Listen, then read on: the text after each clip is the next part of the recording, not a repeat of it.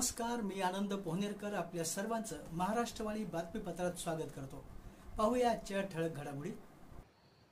जरी दिसतात चेहऱ्यावरून करडे फरडे, तरी हृदयात फुले जपतात पोलीस।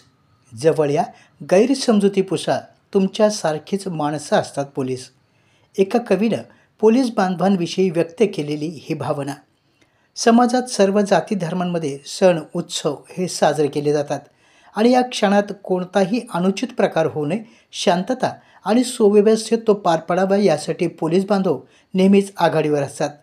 मात्र या बंदोबस्तात असताना परिवार आणि समाजात हे सण साजरे करण्यासाठी त्यांना वेळ मिळत नाही। असाच आजचा रंगपंचमीचा सण। हा सण शांततेत आणि सलोख्याच्या वातावरणात साजरा व्हावा यासाठी पोलीस अधीक्षक रवींद्रसिंह परदेशी यांनी पोलीस विभागांना योग्य त्या सूचना दिल्यामुळे आजच्या दिवशी तगडा बंदोबस्त तैनात करण्यात आला होता। त्यामुळे हा सण शांततेत आणि उत्सवाच्या वातावरणात नागरिकांनी साजरा केला। आजच्या रंगपंचमी या दिवशी देखील पोलीस बांधव हे आपल्या दैनंदिन बंदोबस्तासाठी होते। आपल्या सहकारी कर्मचाऱ्यांविषयी नेहमीच आपुलकीची भावना बाळगणारे पोलीस अधीक्षक रवींद्रसिंह परदेशी यांनी बंदोबस्तावर असलेल्या पोलीस कर्मचाऱ्यांसमवेत रंगपंचमी साजरी केली।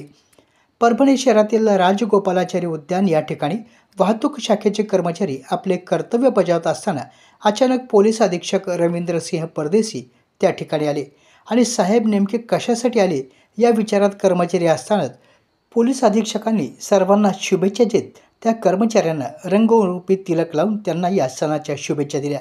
कर्मचाऱ्यांनीही आदराची भावना मनात ठेवून पोलीस अधीक्षकांना शुभेच्छा दिल्या।